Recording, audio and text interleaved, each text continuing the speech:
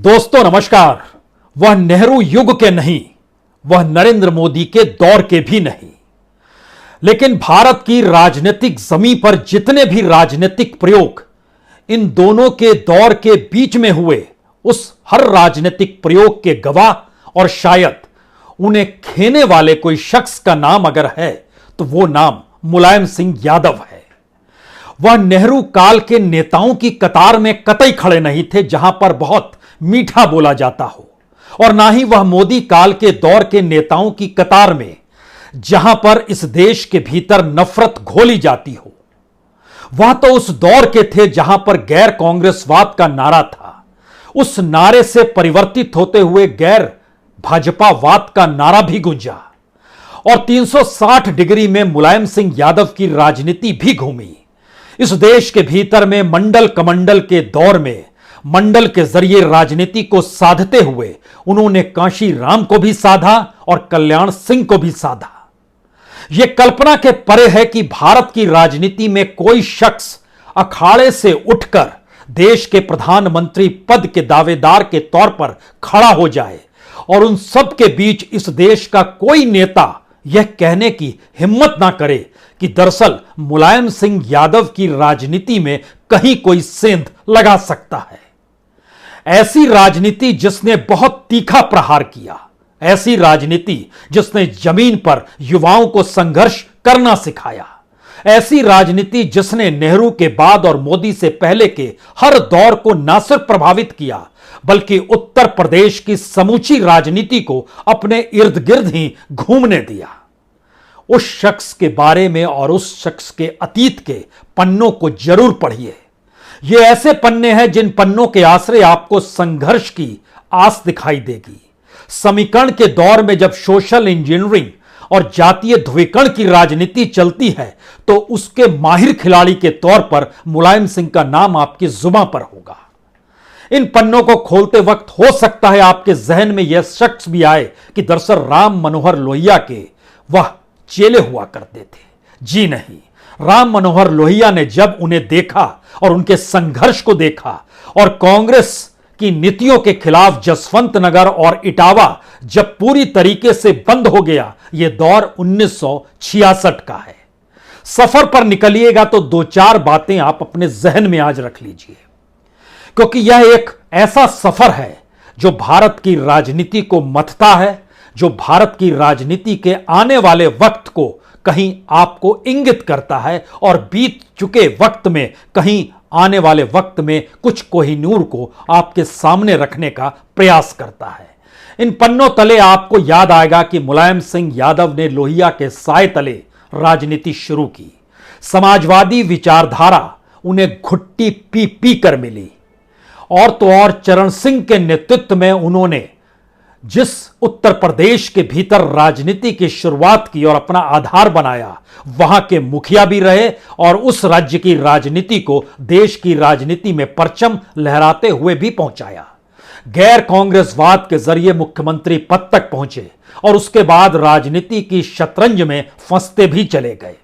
और दूसरी तरफ संघ परिवार और संघ परिवार के चक्कर और उसके दौरान उन्होंने पार्टी बनाई। व्यापक विरोध के बावजूद कांशी राम से समझौता किया।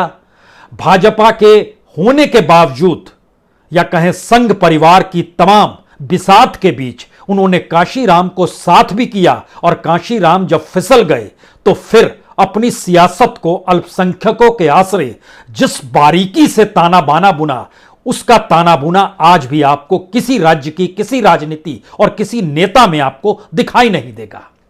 दरअसल सामाजिक ध्रुवीकरण की राजनीति अस्थायी नहीं रह सकी। मुलायम सिंह ने इसे बाखूबी समझा। दलित राजनीति की समस्याओं ने समाजवादी पार्टी और बीएसपी के गठजोड़ को अंजाम तक तो पहुंचाया, लेकिन अनुकूल के साथ साथ प्रतिकूल अंजाम भी इस दौर में मुलायम सिंह ने ही देखा। दलित, मुसलमान, पिछड़ा वर्ग, इसकी अगर एकता कर दी जाए तो फिर गैर भाजपावाद से संघर्ष किया जा सकता है और उसके खिलाफ खड़े हुआ जा सकता है। यह ताना बाना उन्होंने अपनी धर्मनिरपेक्ष विचारधारा या फिर अपनी रणनीति और इस रणनीति में माहिर एक दौर में समाजवाद कॉरपोरेट समाजवाद के तौर पर भी पहचाना गया। लेकिन आइए इस सफर पर चलने से पहले हम आपको लिए चलते हैं शिकोहाबाद, क्योंकि शिकोहाबाद से ही मुलायम सिंह की राजनीतिक शुरुआत होती है। शिकोहाबाद में जिस वक्त दंगल सजा हुआ था, उस दंगल के भीतर में तमाम लोग अखाड़ों में मौजूद थे। उस अखाड़े के बीच अपने से कहीं ज्यादा ताकतवर पहलवान को मुलायम सिंह ने पटक दिया, और जैसे ही पटका उनकी नजर उस वक्त नत्थू सिंह पर पड़ी और नत्थू सिंह की नजर मुलायम सिंह पर पड़ी। समाजवादी नेता नत्थू सिंह, वो समझ गए कि यह शख्स जिस हुनर और पैंतरे के साथ अखाड़े के भीतर संघर्ष करता है, अगर यह सड़क पर राजनीतिक तुरही को बजाते हुए निकल जाए तो स्थितियां अनुकूल हो जाएंगी। और उसके बाद जब जसवंत नगर से नत्थू सिंह चुनाव लड़ रहे थे तो प्रचार की बागडोर और किसी ने नहीं बल्कि मुलायम सिंह यादव ने संभाली। नत्थू सिंह चुनाव जीत गए और उसके बाद राज्य में 1966 का वक्त आता है जब संघर्ष का बिगुल बजता है। उससे पहले एक चीज जहन में रखिएगा, मुलायम सिंह यादव अपने परिवार के अकेले बेटे नहीं थे, लेकिन पिता ने अखाड़े में उतारने के लिए ना रतन सिंह को चुना, ना अभय सिंह को चुना, ना राजपाल को चुना, ना शिवपाल को चुना। उन्होंने मुलायम सिंह यादव को चुना और मुलायम सिंह यादव की वर्जिश पिता खुद किया करते थे जब वो अखाड़े में उतरते थे। और उसमें जो मिट्टी की खुशबू और पसीने की गंध दोनों जब मिल जाती थी तो पिताजी कहते थे यही वो ताकत है जिसे तुम्हें समझना है। और इस पसीने की ताकत का पहला प्रभाव, जिस बात का जिक्र हम अखाड़े से कर रहे थे, उसका एहसास उनको 1954 में हुआ। 1954 में सिंचाई दर बढ़ाने के लिए आंदोलन समूचे उत्तर प्रदेश में शुरू हुआ और उस समय 15 बरस की उम्र में स्कूल की पढ़ाई करते हुए मुलायम सिंह यादव भी आंदोलनरत थे, क्योंकि लोहिया उस वक्त आए थे उत्तर प्रदेश के इटावा शहर में। और उन्होंने बच्चों से कहा था कि बच्चों पढ़ाई तो जरूरी है, लेकिन वो भाषण का हिस्सा सुनिए, पढ़ाई जरूरी है लेकिन जब किसान को पूरा हक नहीं मिलेगा तो पढ़ाई करके क्या होगा, इसीलिए पसीना तो बहाना होगा। और मुलायम सिंह का पहला संघर्ष 1954 में आंदोलनरत होते हुए था, लेकिन उस वक्त सीधे रूबरू लोहिया से हुए नहीं थे। लोहिया से रूबरू वो 1966 में होते हैं जब सीधी मुलाकात होती है। और उस वक्त 27 बरस की उम्र और आंदोलन फिर से पूरे राज्य में, और जिस तरीके से आंदोलन करते हुए जसवंत नगर और इटावा में बंद हुआ, उसमें नत्थू सिंह ने मुलाकात करवाई लोहिया से। और लोहिया ने देखकर कहा कि दरअसल ये भविष्य के सबसे कद्दावर तौर पर नेता बन सकते हैं। उन्होंने उनकी पीठ ठोकी और कांग्रेस के खिलाफ जारी आंदोलन को तेज करते हुए जो मंत्र मुलायम के कान में दिया वो यही था कि कांग्रेस को साधना जिस दिन सीख लोगे उस दिन आगे बढ़ने से कोई रोक नहीं पाएगा। और संयोग देखिए 1967 में जसवंत नगर विधानसभा में वही उम्मीदवार के तौर पर होते हैं और कांग्रेस के दिग्गज नेता लखन सिंह सामने खड़े हैं। लखन सिंह को पराजित करते हैं और वो कहते हैं मैंने कांग्रेस को साधना सीख लिया। लेकिन खड़ी की सुई बड़ी तेजी से घूमती है और परिस्थितियों को पलटती भी है।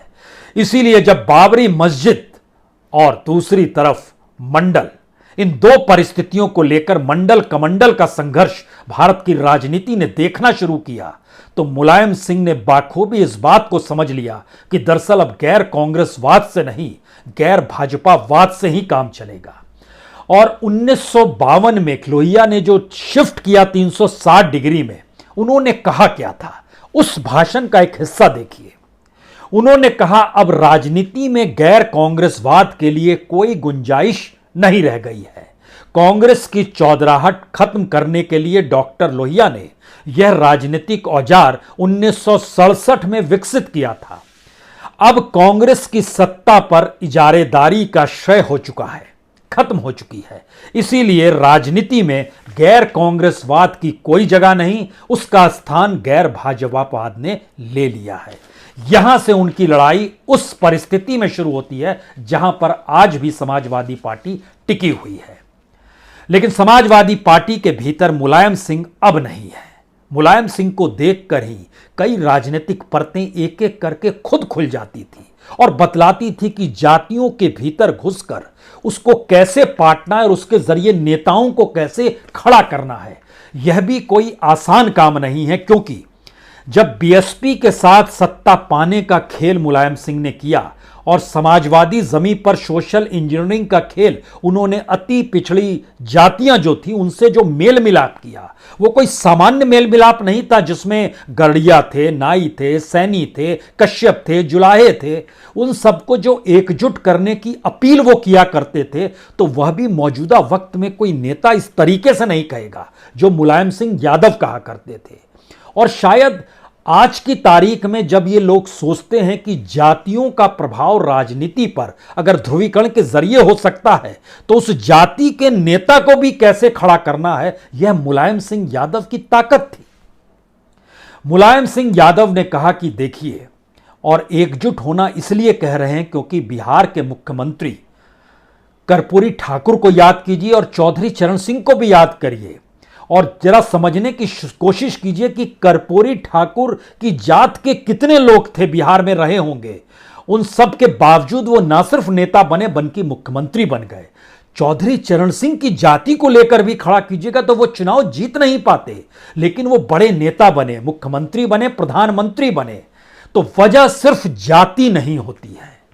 जाति के सोशल इंजीनियरिंग का ये पाठ मुलायम सिंह यादव ही पढ़ा पाते थे और इसीलिए जो भी नेता छत्रप के तौर पर या जातीय तौर पर निकल कर आया, मुलायम सिंह यादव को वो कभी भुला नहीं पाया। आईने में जब जब उसने अपना चेहरा देखा, जातीय समीकरण के आश्रय अपने को बड़ा होते हुए उसने मुलायम सिंह के अक्स तले ही खुद को देखा।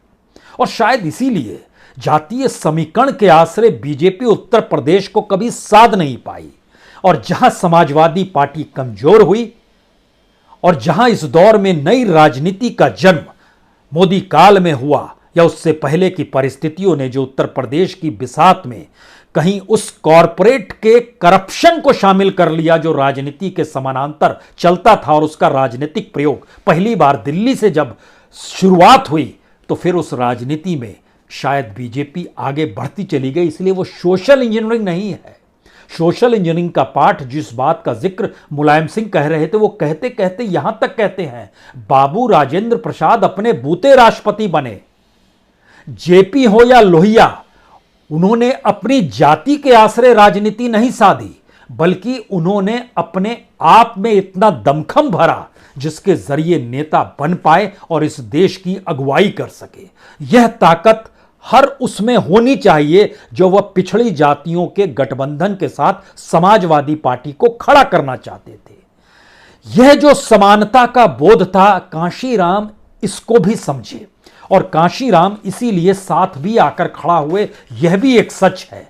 लेकिन 1993 में बीजेपी ने जिस तरीके से बीएसपी को अलग किया, या फिर 93 में एक लिहाज से समझिए कि बीजेपी बीएसपी के साथ खड़े होकर बीजेपी को पहले हराया और उसके बाद जिस तरीके से सत्ता पाई, उसमें एक झटके के बाद 95 ने बीजेपी ने कांशीराम को फुसलाकर जब समाजवादी पार्टी से अलग किया, तो विधानसभा के भीतर जब सामने कल्याण सिंह पड़े, तो कल्याण सिंह को सोचिए जरा क्या कहा हो गया। कल्याण सिंह मुस्कुरा रहे थे ये कहकर कि आप कांशीराम को अपने साथ ले गए, बीएसपी को अपने साथ ले गए और हमें हरा दिया। देखिए, हमने भी राजनीतिक प्रयोग कर लिया और अब स्वर्ण वोटों को लेकर जो कल तक मनुवाद का जिक्र करते थे, अब वो हमारे साथ खड़े हैं। इस पर मुलायम सिंह यादव ने कहा कि देखिए, ऐसा है वो कुर्सी जो दूर पड़ी है वो विपक्ष की कुर्सी है और इस तरफ देखिए ये सत्ताधारी मुख्यमंत्री की कुर्सी है।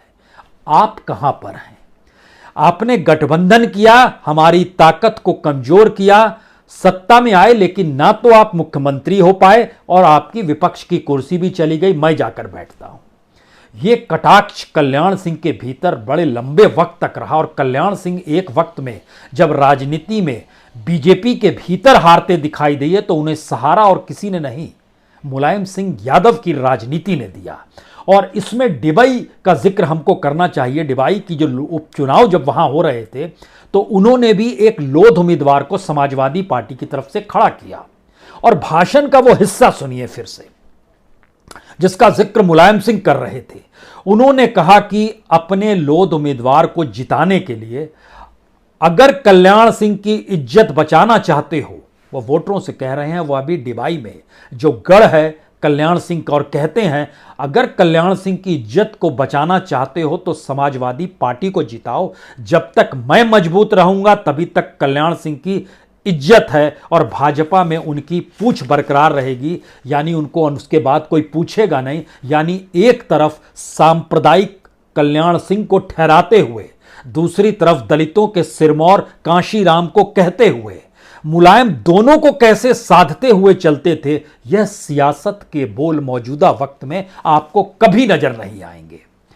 और इन सब के साथ यह भी समझिए कि जब 1985-92 का जिक्र करेंगे और उस दौर में जब आइएगा तो कांशीराम को मुलायम ने ही जिताया, और दलित मुसलमान पिछड़े गठजोड़ की राजनीति में उन्होंने बीजेपी के स्वर्ण वोट बैंक, जो स्वर्ण जातियों का जो वोट बैंक है, उसमें भी सेंध लगा दी। यानी संसदीय राजनीति में विचारधारा से इतर समीकरण क्या मायने रखता है, यह पहला पाठ भारत की राजनीति में किसी ने पढ़ाया तो वो मुलायम सिंह यादव थे। यानी समीकरण की अपनी विचारधारा होती है जो आपको सत्ता तक ले जाएगी। विचारधारा की कोई अपनी सत्ता नहीं होती है, वह लोगों को जोड़ती है। इन दोनों के बीच खड़े होकर मुलायम सिंह ने जब चाहा विचारधारा का जिक्र किया, जब चाहा अपने तौर पर उन्होंने समीकरण का जिक्र किया। और इस समीकरण के मद्देनजर हमें याद आता है 2009 में जब अडवाणी को प्रधानमंत्री पद के उम्मीदवार के तौर पर बीजेपी ने बना दिया था, और 2009 के मार्च के महीने में 10 जनपद पहुंचे थे मुलायम सिंह यादव, और तमाम जर्नलिस्ट बाहर खड़े थे 10 जनपद के बाहर। और ये तकरीबन ऐलान के 4 घंटे पहले और उसके बाद का जिक्र हमें याद आ रहा है कि 10 जनपद से जब वो बाहर निकले तो कुर्ते से कुर्ता पूरा पसीने से लथपथ था, और वो कुर्ते को उठा के उसमें हवा मार रहे थे जिससे पसीना सूख जाए। पत्रकारों ने उनसे पूछा भी कांग्रेस से गठबंधन होगा या नहीं, तो उन्होंने अपना बदन सुखाते हुए कहा होगा, गठबंधन भी होगा और सब ठीक भी होगा, क्योंकि जो खटास 2008 में आ गई थी उसके मद्देनजर वह चीजों को बदल रहे थे। लेकिन इन सब के साथ एक चीज और समझिए, जब वो पार्लियामेंट में भाषण देने के लिए खड़े हुए थे 2009 में, यह बड़ा इसलिए महत्वपूर्ण है क्योंकि उस वक्त उन्होंने 2009 के भाषण में उन्होंने जिक्र किया संसद के भीतर में कि 1992 में बाबरी मस्जिद की असल लड़ाई तो उन्होंने ही लड़ी थी। यानी अडवाणी सामने खड़े थे जिनका भाषण उनसे ठीक पहले हुआ था। उन्होंने कहा था मंदिर के लिए मर मिटने को हम तैयार हैं, और 2009 में जब उनके भाषण में आया कि बाबरी मस्जिद की लड़ाई तो उन्होंने ही लड़ी थी, इस सियासत ने एक नई परिस्थिति लाकर खड़ा कर दी। यानी गैर कांग्रेसवाद के बाद गैर भाजपावाद, और उसके साथ राष्ट्रीय राजनीति को दखल देते हुए जो मुस्लिम वोट बैंक है उसके मर्म को छूने की कोशिश जो मुलायम सिंह यादव पार्लियामेंट में कर रहे थे, यही प्रयास उन्होंने मंडल कमंडल के दौर में किया था। और ध्यान दीजिए, जब उनकी राजनीति की शुरुआत उत्तर प्रदेश में होती है, कांग्रेस गायब हो जाती है, और कांग्रेस आज तक सत्ता में नहीं आ पाई। उसकी वजह मायावती या कांशीराम नहीं, उसकी बड़ी वजह मुलायम सिंह ही थे। यानी मुलायम सिंह की राजनीति के उस हुनर को समझने की कोशिश कीजिए। वो लड़ाई लड़ रहे हैं गैर भाजपावाद के खिलाफ, और गैर कांग्रेसवाद की परिस्थिति उन्होंने त्याग दी है। लेकिन कांग्रेस सत्ता में नहीं आए, और बीजेपी से हुनर और लड़ाई करते हुए वो लगातार दिखाई भी दे। इतनी बेहतरीन राजनीति कौन कर सकता है, और कांग्रेस इसको समझ भी नहीं पाए। बीजेपी समझे तो उसके लिए इसको अनदेखा करना जरूरी हो, क्योंकि उसे भी समझ में आ रहा है कि अगर कांग्रेस आ जाएगी तो ज्यादा मुश्किल होगी, समाजवादी पार्टी तो फिर भी चल जाएगी।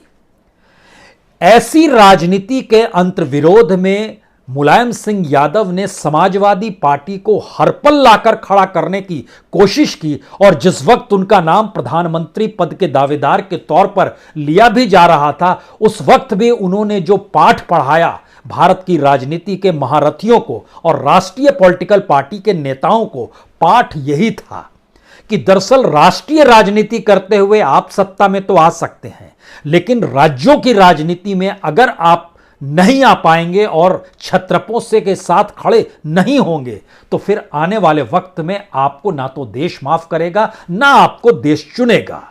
संसद के भीतर तमाम नेताओं के बीच बैठकर जब इस बात का जिक्र हो रहा था कौन प्रधानमंत्री होगा, कैसे होगा, बहुत सारे नाम आए। देवगौड़ा प्रधानमंत्री बने, ये सही है। मुलायम का नाम भी आया, लालू का नाम भी आया, ज्योति बसु का नाम भी आया, लेकिन सवाल यह था कि उसे साध कौन रहा था। देवीलाल भी बैठे थे। सब लोगों के बीच साधने की प्रक्रिया में मुलायम सिंह चल रहे थे। ये वही मुलायम सिंह है जो मौजूदा वक्त में शायद भारत के एकमात्र नेता हैं जॉर्ज फर्नांडिस के बाद, जो ये कहने से नहीं कतराए कि भारत का नंबर 1 दुश्मन चीन है, क्योंकि उनकी राजनीति जिस दौर में शुरू हुई थी उस दौर में भारत चीन युद्ध से लोग आहत थे, भारत का समाज आहत था, भारत अपने तौर पर आहत था और उन परिस्थितियों को उन्होंने देखा, समझा। और आज भी उस पीढ़ी के लोगों से पूछिएगा जब, तो वो कहेंगे कि चीन नंबर 1 दुश्मन है। नटवर सिंह ने अपनी किताब में भी इस बात का जिक्र किया है। लेकिन सवाल है कि दुनिया के सामने मुलायम सिंह यादव की राजनीति इसलिए नहीं आ पाई क्योंकि राष्ट्रीय नेता के तौर से ज्यादा उन्होंने हमेशा राज्य के अपने अनुकूल परिस्थितियों को साधने की कोशिश की। और उत्तर प्रदेश एक ऐसा प्रदेश था जो इस देश के भीतर में प्रधानमंत्रियों को बनाता था, और वो प्रधानमंत्री ना बनते हुए भी उत्तर प्रदेश की सियासत को ऐसा साधते थे कि प्रधानमंत्री कोई भी हो बिना मुलायम सिंह के नहीं चलेगा। इसीलिए वो आखिरी दृश्य भी हर किसी के जहन में जरूर होना चाहिए। जब पहली बार मुख्यमंत्री पद की शपथ ले रहे थे योगी, 2017 में चले जाइए, उस वक्त देश के प्रधानमंत्री नरेंद्र मोदी भी वहां पहुंचे थे और उनके कान में मुलायम सिंह क्या कह रहे थे। हालांकि अखिलेश ने कहा वो जो कह रहे थे वो तो उन्होंने कहा, लेकिन सियासी तौर पर इसके मायने आने वाले वक्त में समाजवादी पार्टी को किस राजनीतिक रास्ते पर चलना है, वो रास्ता भी उस कान में बुदबुदाते हुए शब्दों के साथ छिपा था। लेकिन भारत की राजनीति में मोदी काल शायद उस ऐसे काल की तरह है जो बार बार वो नेहरू को याद करते हैं, तो इसलिए भी याद करते हैं कि नेहरू काल शायद भारत की राजनीति में एक छतरी की तरह है। उसको कैसे तोड़ा जाए, इसके लिए उन्होंने अपनी राजनीतिक मंत्र में छत्रपों को खत्म करने की शुरुआत की। इस दायरे में आकर समाजवादी पार्टी भी फंसी, लेकिन मुलायम सिंह तब तक राजनीति साधने के मामले में बुजुर्ग हो चले थे। साइंटिफिक सामाजिक तौर पर जरा समझने की कोशिश कीजिए, इस उम्र के बावजूद उन्होंने जो वैचारिक आधार समीकरण को दिया उससे आगे भारत की राजनीति आज तक नहीं निकल पाई है। और मुलायम का राजनीतिक प्रयोग सही मायने में राजनीतिक सामाजिक परिस्थितियों का एक ऐसा आईना है जिसमें लोहिया से लेकर सोनिया तक की यात्रा और सत्ता को जो भी आकलन करना है और उसके जरिए जो सत्ता की विचारधारा का आकलन करना है, सबको आप करना चाहेंगे तो लोहिया से सोनिया तक के दौर में आप इससे इतर देख नहीं पाएंगे। यह भी एक सच है। और आखिरी सच जो शायद अखिलेश यादव के लिए है, क्योंकि 1975 मार्च का महीना जब जयप्रकाश नारायण ने संपूर्ण क्रांति का नारा दिया, उस वक्त अपनी कॉन्स्टिट्यूएंसी में मुलायम सिंह यादव थे। 18 मार्च 1975 को दिया गया उनका भाषण। वो नौजवानों को लेकर क्या कह रहे थे और नौजवानों से क्या कह रहे थे? नौजवानों की नाराजगी की वजह सामाजिक और आर्थिक है। अपने ही बच्चों के खिलाफ कांग्रेस सरकार लाठी, गोली, डीआईआर, मीसा, गुंडा एक्ट का इस्तेमाल कर रही है। अपने कुर्सी बचाने के लिए सरकार दमन कर लाठी चार्ज करवा रही है और अपनी कब्र को खोद रही है। यह युवा जिस दिन खड़ा हो गया उस दिन भारत की राजनीति बदल जाएगी। यानी जेपी ने जिन युवाओं का साथ देने की सोच जो शुरुआत की थी उसको नए तरीके से सियासी और राजनीतिक तौर पर मुलायम सिंह यादव ने 1975 में समझा और मुलायम के इस रुख ने गैर कांग्रेसवाद की राजनीति में युवाओं को एक तरीके से समाजवादी नायक करार दे दिया और जिसकी बिसात पर हर तबके को साथ जोड़ते हुए एक नई राजनीति की शुरुआत उन्होंने की।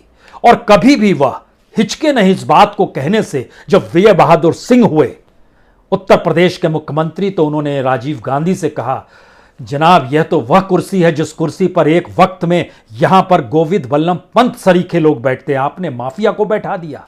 यानी ध्यान दीजिए, राजनीति की ऐसी धार, जिस धार पर चलते हुए उन्होंने उत्तर प्रदेश को साधा, समाजवादी पार्टी को आगे बढ़ाया और भारत की राजनीति के भीतर छत्रपों को एक लिहाज से न सिर्फ खड़ा किया बल्कि राष्ट्रीय राजनीतिक दलों के सामने दीवार बनकर वो खड़े भी हुए और इस बात का भी खुले तौर पर ऐलान करने से नहीं चुके, छत्रपों के बगैर किसी सरकार की कल्पना मत कीजिएगा। यह वह काल है जो 1960 के दशक से शुरू होता है और 2010 तक बाखूबी इस देश के भीतर में 2012 तक कहिए, जब अखिलेश मुख्यमंत्री बने, इस पूरे कालखंड में तमाम राजनीतिक प्रयोग मुलायम सिंह यादव के नाम है।